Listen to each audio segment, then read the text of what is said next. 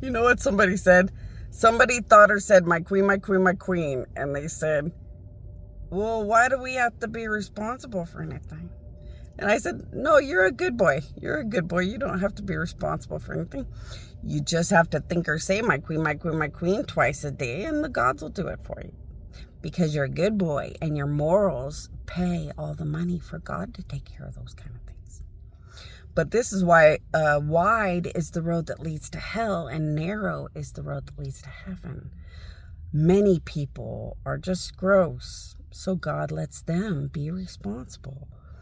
So when people are gross, God's just walk away from them and they will live or die by their every choice.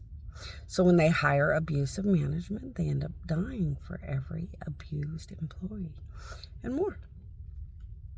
But that was their choice, and they got to be gross and make God's not want anything to do with them, and got to live or die by all their own choices. At a time like this, where you will be gross to the face of God, though, the punishments are very sickening. So in addition to whatever death they allow to happen or whatever, they probably get in bad trouble for doing things against the face of God. So you don't really want to understand 666 people. So anyone with severe or excessive sickening God hate, anyone who is just too abusive or degrading or gross in my direction when they wouldn't even do that against most homeless or retarded people. And you know it deep down. They have a hard on for the hatred and the destruction and the abuse of a dead God, and you know it.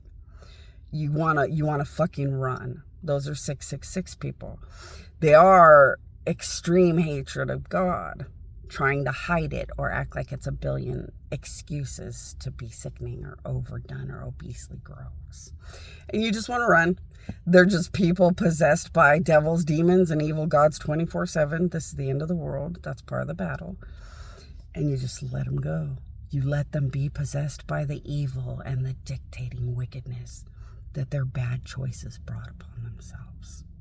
And always remember, people like that had to make sickening, unthinkable choices in their own brains to bring devils and demons and evil gods into the legal right of possessing them with pure God hate into their own death and destruction.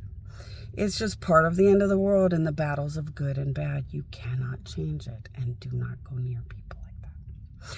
Be happy that the good little boys and good little girls get good things from statues, because what would you do to a Jesus statue as a good boy? Whatever the hell Jesus would tell you, or God would tell you.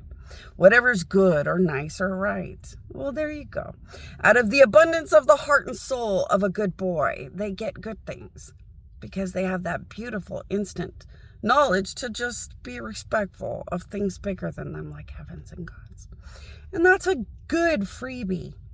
But in the Bible, it says, fear of God is the beginning of wisdom for a reason. Most people are sickening as fuck and disgusting as fuck and putrid as fuck. And they will get what they deserve. Gods don't do anything else. So you have to egg them on to make some choice in their brain that's so disgusting they had no right to be making that choice, and they knew it. They need that fatal, fatal decision. Why? The white throne judgment. In the Bible is the white throne judgment. Everyone has to die or live. This is the end of the world. And gods have to dictate and decide who lives and dies. Just remember forever, if you owned me and I just did whatever the fuck you I wanted against you, would you let me live? Probably not. Just think about it. You are a king. You are a queen. You own a country. And somebody wants to just fuck you to your face, do whatever the fuck you they want. Would you let them live? Or would you say, I'm the king, I'm the queen, slice their fucking head off? The gods are dictating. This is the end of the world. Just be grateful you're good people. Stay away from the 666. They're utterly disgusting.